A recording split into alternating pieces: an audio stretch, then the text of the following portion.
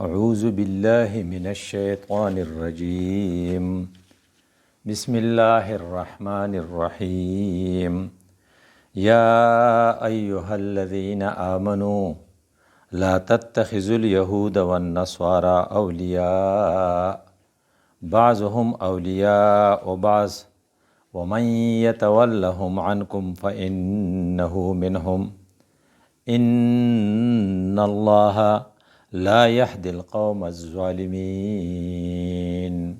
صدق الله مولانا العظيم رب اشرح لي صدري ويسر لي أمري واحلل عقدة من لساني يفقهوا قولي اللهم صل على محمد وعلى آل محمد كما صليت على إبراهيم وعلى آل إبراهيم إنك حميد مجيد.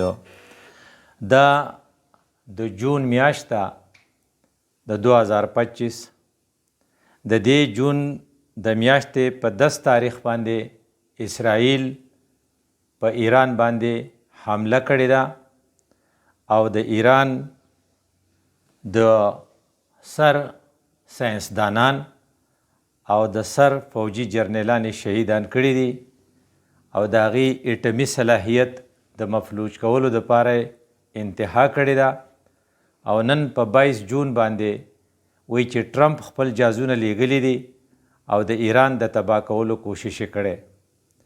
د نن نه یو میاشت مخکې یعنې په مئی کې په 7 8 او 10 مئی باندې انډیا په پاکستان حمله کړې وه او پاکستانی قوتونو د 4 ورځو جنگ نه پس د بنیان مرصوص په نوم باندې اپریشن بنیان مرصوص په نوم باندې د انډیا د فوجونو سره مقابله کړې وه او شکر الحمدلله چې د انډیا فوج غرور په خاک کې میلاو کړی او انډیا سر اوچتولو ته پرېنښود او الله تعالی پاکستان له د 10 مئی نه پس هم دومره عزت ورکو چې د دنیا ټول قومونه ورته حیرانو او د دنیا د موجوده دنیا د ټولو نه متعصب شخصیت د امریکې صدر ټرمپ د پاکستان فوجي سربراح ته وی چې زما سره لنچ وکا لږې خبرې کوو او د هغې دپاره په خصوصي پروتوکول وغوښتو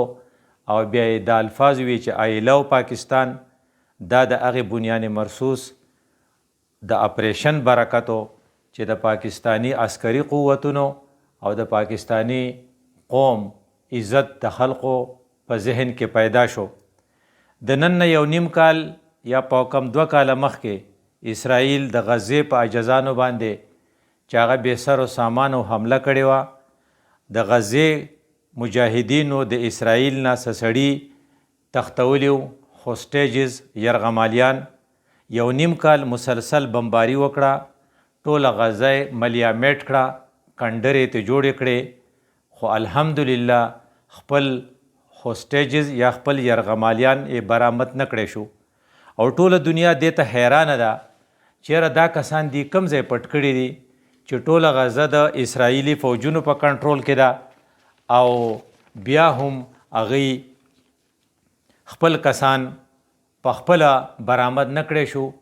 ډېر نرتوب یې دا وکړو اسرائیلي فوجونو چې ماشومان یې ووژلل تقریبا 50,000 د 1 لاک پورې نور کسان یې شهیدان کړل بوډایګان یې ووژلې خو کمانډر ټایپ خلق یا د هغه خپل هوسټیجز او خپل یرغمالیان یې برآمد نه کړی شو. دا یو بله معجزه وه. په پاکستان نه پس چې په ایران باندې حمله وشوه نو ایران هغه ملک دی چې د 40 کالو نه د پابندو شکار دی. دا شیعه مذهب په نوم باندې د بعضې خلقو ته نه ګیله هم ده خو د هغې باوجود د ایران فوجونو یا د ایران قوم د اتحاد مظاهره وکړه ونه یریدو بې حوصلې نشو د حوصلې مظاهره وکړه پین او د دړ هغه عادت و ځکه چې 40 سال په هغه سینکشنز و 10 کاله پورې یا 8 کاله پورې د عراق سره جنګېدلی او د سختو عادتو نو هغه چې جوابي وار په اسرائیل وکړو نو په اسرائیل هغه بیلسټیک میزایل ور پرېښودل چې د اسرائیل په باره کې هغه سوچ چې د دې آیرن ډوم دی دا ناقابل تسخیر دی، دته څوک ویلی څه نشي. اسرائیل د دې عادتو چې خلقو له سپېړه ورکي، د خلقو په هسپتال حمله وکړي، خلق وجړی، خو د خپلې جړا عادت نه و، خو ایران په خپله وجړاو او د نتنیاهو په ابایي کور باندې چې کله حمله وشوه د هغه کور ټارګټ شو، نو نتنیاهو د اسرائیل وزیر اعظم ګډوډ شو او د اسرائیل خلقو ته پته ولګېده چې په هسپتال حمله د مریض خوږېدل او د خلقو د کور روانېدل دا څومره د غم نه او د دړ نه زیاته خبره ده. د غزې په خلقو چې د تیر 1.5 کال نه موږ کمې سختې او کم ظلم کاو، د هغې احساس ایلاغه د ایران د اسرائیل قوم ته وشو او ټولې دنیا ومنله چې اسرائیل چې دی دا ناقابل تسخیر نه دی. دا 3 واقعاتو نه پس یو بل 4م کار ناشنا دا وشو چې پاکستانی قوم چې الله ته سربه سجود دی او د الله نه د الله شکر ادا کوي چې انډیا غونته کې دشمن چې هغه پاکستان پسې کې شاملاو نه 3 घंटे और 45 منٹ یا 40 منٹ د هوایي لړۍ نه پس چې 80 ډرون ولا بیکاره کړل، 6 جازونه ولا راوغورځول، د هغې په LOC باندې ډېر شی پوسټونه قبضه کړل او د انډیا سر ښکته نیولی دی. لیکن د هغې نه پس د پاکستان سرکاري حلقو اعلان وکړو چې موږ د امن دپاره د ډونلډ ټرمپ چې د هغه لاس د غزې د شهیدانو د وینې نه سره دي او هغه غټ بم چې بایډن نو ورکړی، بایډن هم د امریکې صدر و، خو دومره احساس ورسره چې دا بم ډېر زیات غټ دی او ډېره تباهي راولي، نو اسرائیل یې نه ورکاو، هغه بم ټرمپ ورکو. خو ټرمپ دپاره د نوبل پرایز چې هغه ته د بین الاقوامي امن انعام میلاو شي د هغې دپاره پاکستان سفارش وکړو. وی مونږ سره یو کتاب دی چې هغې ته قرآن وایي. دا قرآن داسې کتاب دی چې په دې کې نه په الفاظو کې نه په معنی کې یو خاص ملاوټ نشته. دا واحد کتاب دی چې دا خالص الله په الفاظو مشتمل دی او په دې کې د الله نه علاوه بل چا څه میکسچر یا ملاوټ نه دی کړی او دا کتاب دومره زبردست دی چې کله یو خبره پیش شي او ته په 2 صفحو کې هغه ولیکې نو دی په 2 ټکو کې یا په 2 الفاظو کې د هغې جواب ورکوي او د هغې 2 الفاظو زور د هغې مخکنۍ 2 صفحو نه زیاتي او د هغې پوټنشل یا د هغې قوت دومره یي چې سړی ورته حیران شي. او دا کتاب چې د سړي په جان کې چون بجان در رفت جهان دیگر شود، کله چې دا په سړي کې ننوځي نو په ده باندې ټوله دنیا بیا بدل شي. جان چو دیگر شد جهان دیگر شود، او کله چې جان بدل شي نو بیا ټول جهان سړي ته بدل شي. نو دا کتاب زمونږ سره دی، خو بدقسمت دی هغه قوم چې دا کتاب وسره او دا په ځان باندې نافذ نه کی، دا د دې تعلیمات عام نه کی او دا خور نه کی. عملاً دا کتاب په تیر 1.5 کال کې د غزې مجاهدینو دا هغه خور کړی دی، ځکه چې ایتیست هغه خلق چې هغې د الله د وجود نه منکر دي او هغه خلق چې هغې ته ایتیست وایي، هغه خلق چې هغې ته بېدینه وایي، هغه خلق چې هغه الله نه مني، هغې چې کله د غزې د مجاهدینو دا حالت ولید نو هغې الفاظ دا وی ویل ریډ قرآن، موږ به قرآن لولو. وی هیو سین ان غازا، موږ په غزه کې خو یو حالت لیدلی دی، دی آر ان پین، د غزې ماشومان او د غزې ښځې او د غزې سړي چې کله زخمی او په دړ کې دی ریډ قرآن، دی د دړ په وخت کې قرآن لولي ان دی ګیټ مور سټرانګر او دی د هغې سر نور هم مضبوط شي. دیس از ا سیکرټ، دا یو پیچیده یو پوشیده خبره ده او موږ دا غواړو چې موږ د دې نه ځان خبر کو. ته ویلی شي چې د قرآن پیغام عملی طور چې چا رسولی دی هغه د غزه مجاهدینو رسولی. اوس د یو طرف ته موږ بنیان مرصوص کړی او هغه بنیان مرصوص په نوم باندې چې کوم ایکشن اغستی و د پاکستان قوتونو نو هغې دپاره د کم آیات انتخاب چې کړی او الله د پاکستان عسکري قوتونو له توفیق ورکړی دا د سورة صف دا آیاتو یا ایها الذین آمنوا ان الله يحب الذين يقاتلون في سبيله صفا كأنهم بنيان مرصوص. د دې آیات نه اغستی و.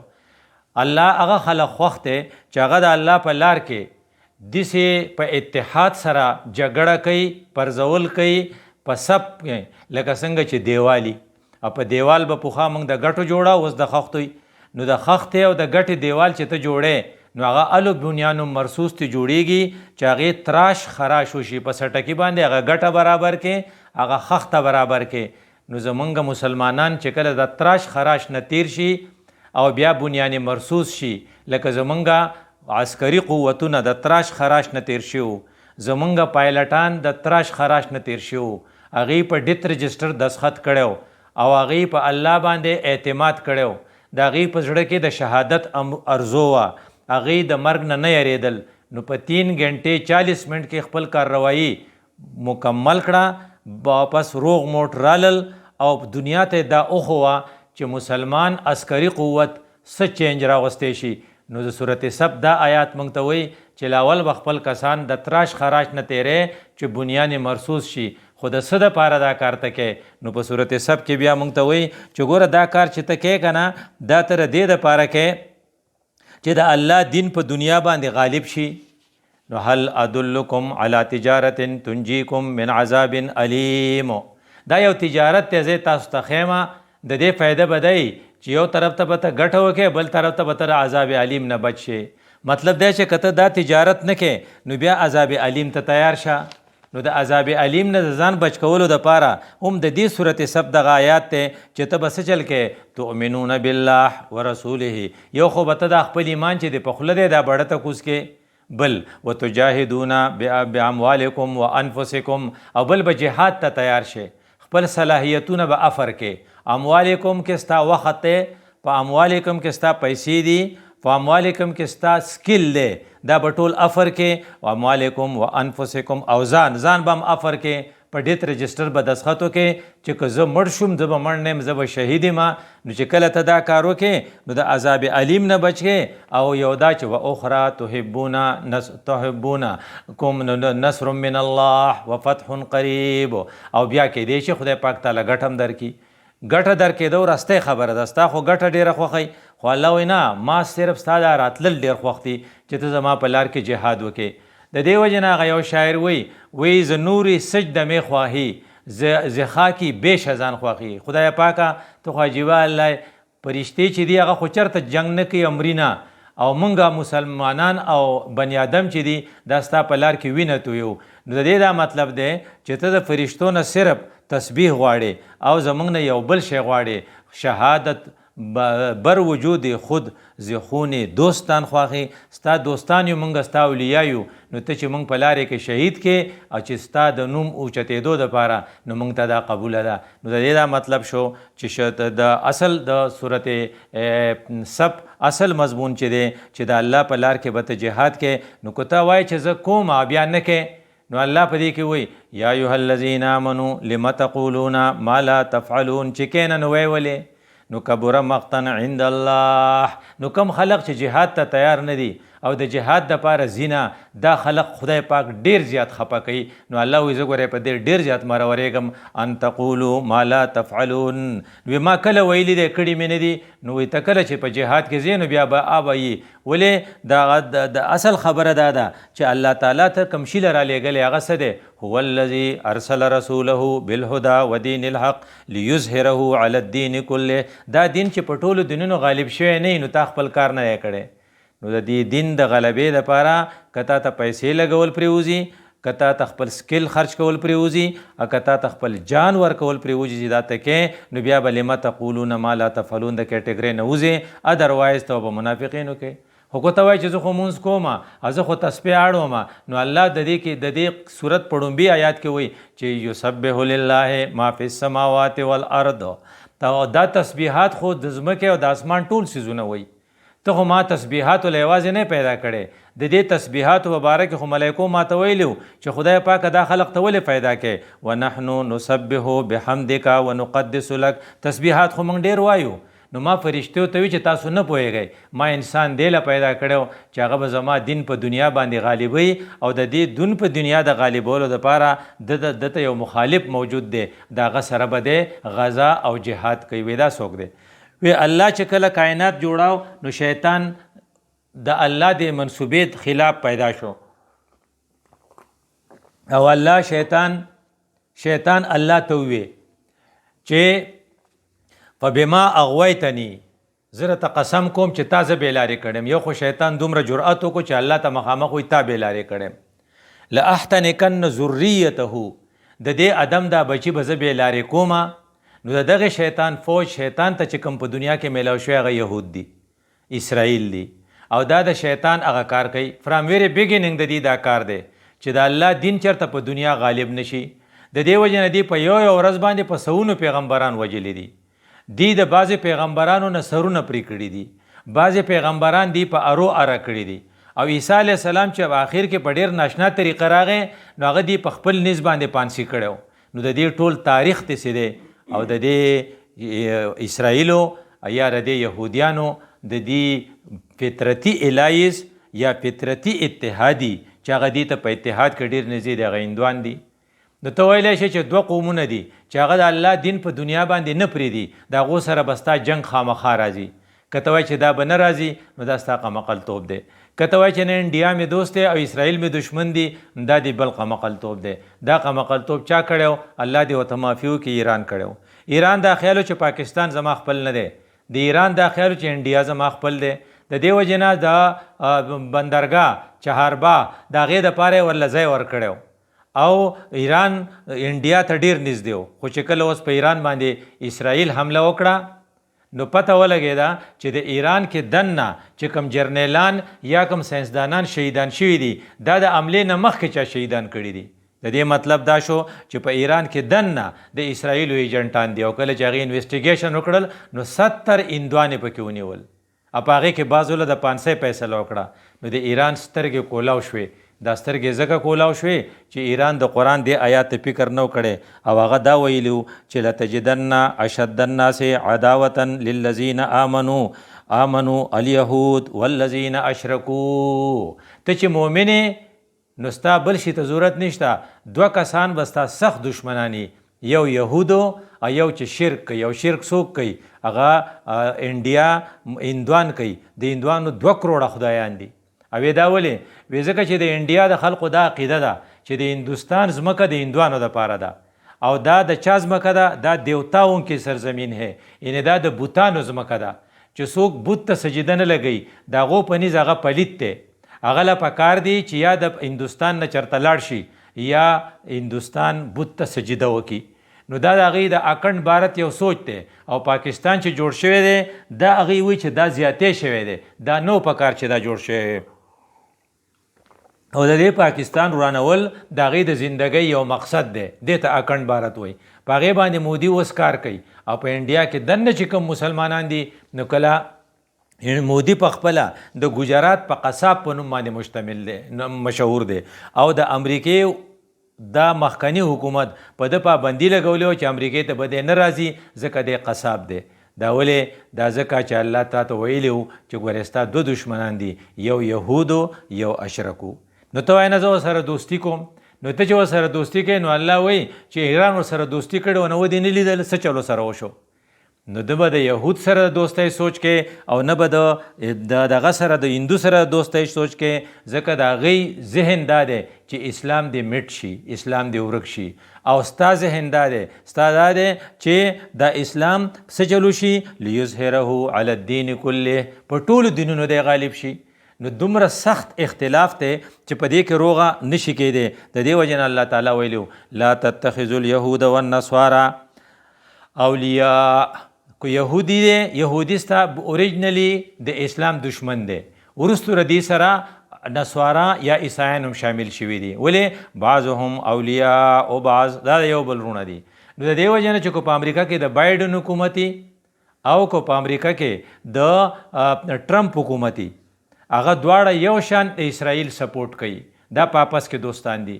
ټرمپ او بایډن په آپس کې خو اختلاف شته خو په دې خبره اتفاق دی.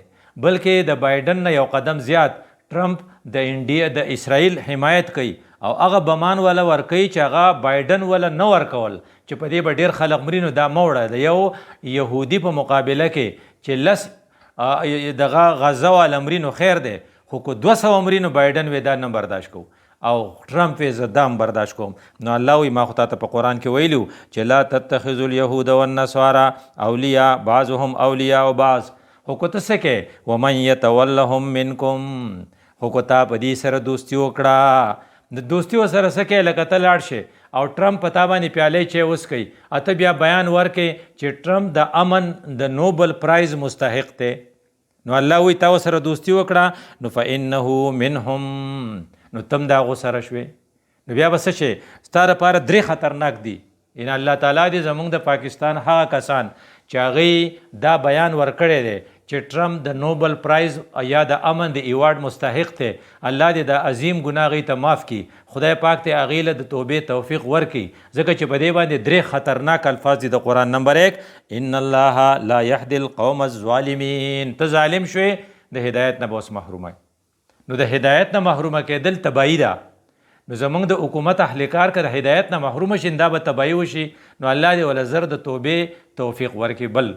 قرآن کې بل ځای وایي لا ترکنو الی الذین ظلموا فتمسکم النار که د ظالم چې د هغه لاس د غزې د ماشومانو د وینو نه سره دي په واشنګټن کې په خپله خلق جلوس وکاږي چې فری فلسطین او په دغه کې په برطانیه کې د 10 ډاوننګ سټریټ مخې ته په لکاو خلق راوځي چې فری فلسطین لیکن ته د دې ځای نه وایې ایز ا مسلم چې دی د امن علمبردار دی نو الله تا ته په قرآن کې وی لا ترکنو الی الذین ظلموا فتمسکم النار بیا به دوزخ ته ځې نو الله دې د دوزخ نه دی بچ کی سره زموږ نه او الله دې له توبې توفیق ورکړي دا ډېر غټ ظلم دی چې د غزې د مجاهدینو او د غزې د بچو په لاس باندې رنګ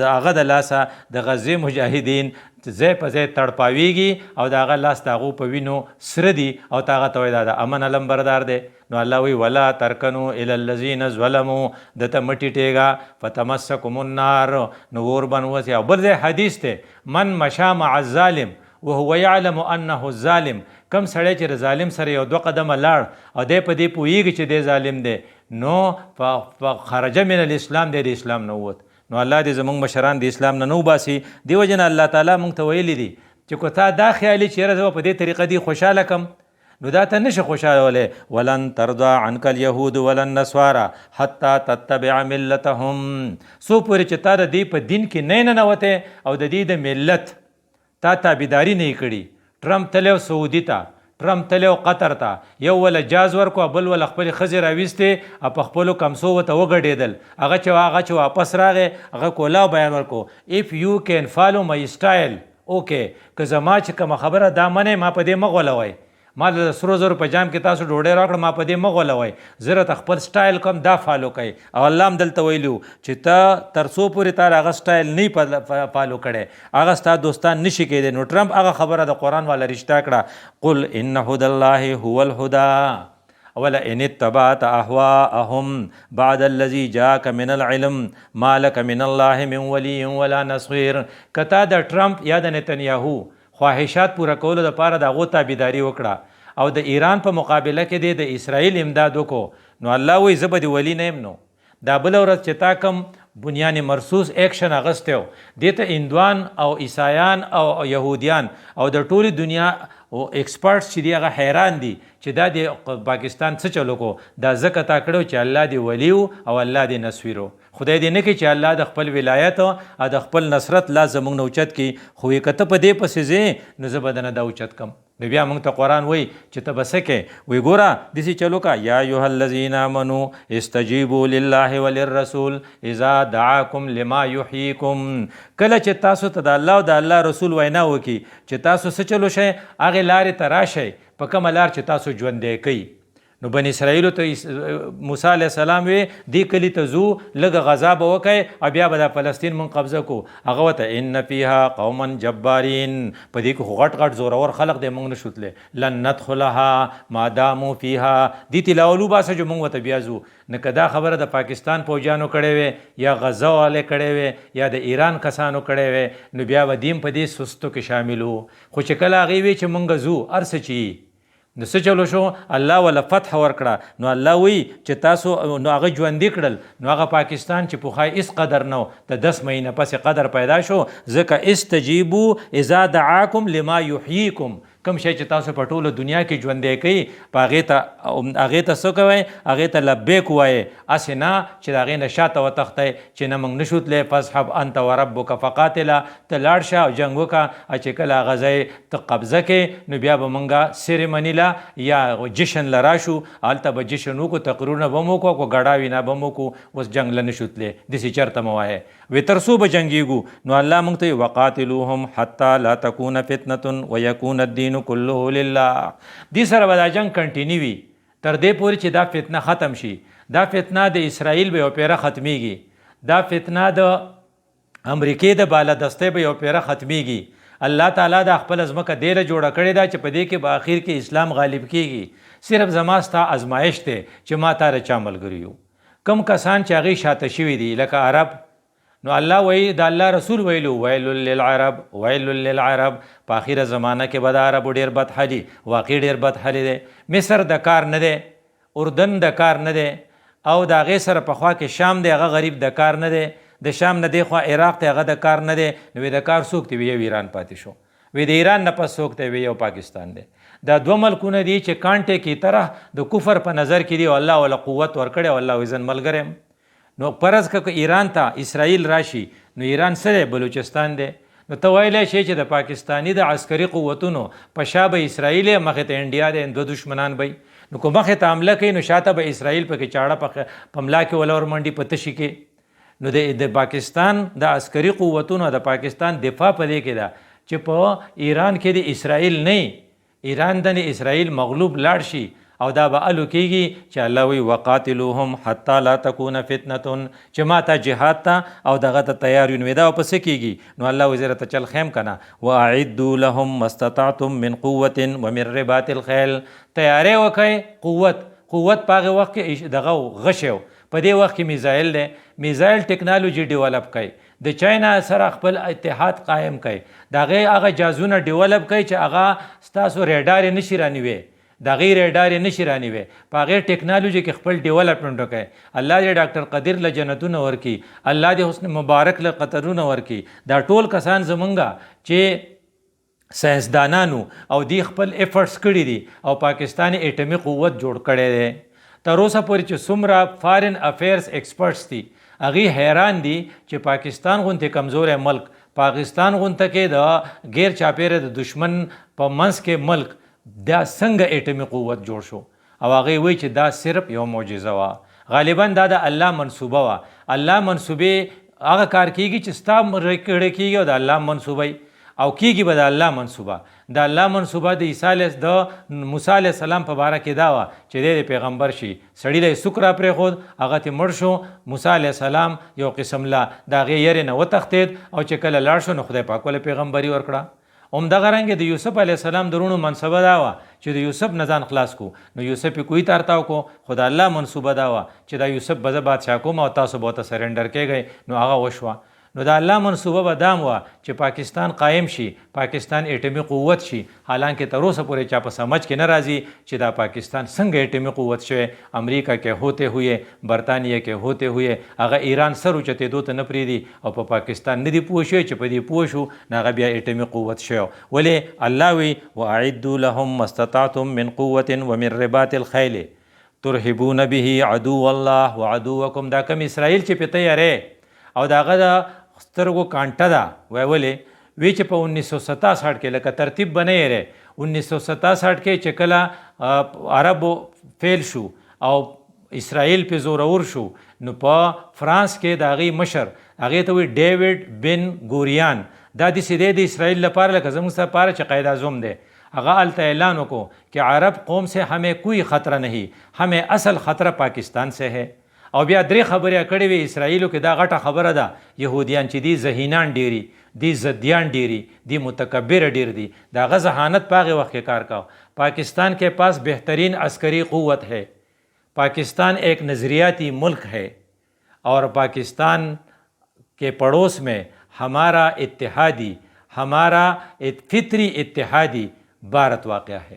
دا درې واړه خبرې هغوی استعمال کړي. دا کله کړې وه دا خبره په 67 کې، نو پاکستان یې 2 ټوکړې کله کړی او په 71 کې. ته ویلی چې 4 کاله پس هغه بیا پاکستان روان کو. دا خو شکر الحمدلله چې 50 کاله پس هغه بنگلاديش والا په خبره پوه شو او الله بیا معجزه وکړه چې واپس رالل، ځکه نظریه نه ختمیږي. ته ملک قبضه کولی شي، نظریه نشي ختمولی. نو د نظریې د ختمېدو دپاره بیا مغرب مشرف په شان سړی راوست چې هغه سبسې پهله پاکستان ناره ولګوله او هغه د روشن خیالۍ تصور ډیولپ کو، هغه د بې حیایۍ تصور ډیولپ کو او د پاکستان په اسمبلو کې د زنانو دومره تعداد راوست چې دا په امریکا کې هم نه وي.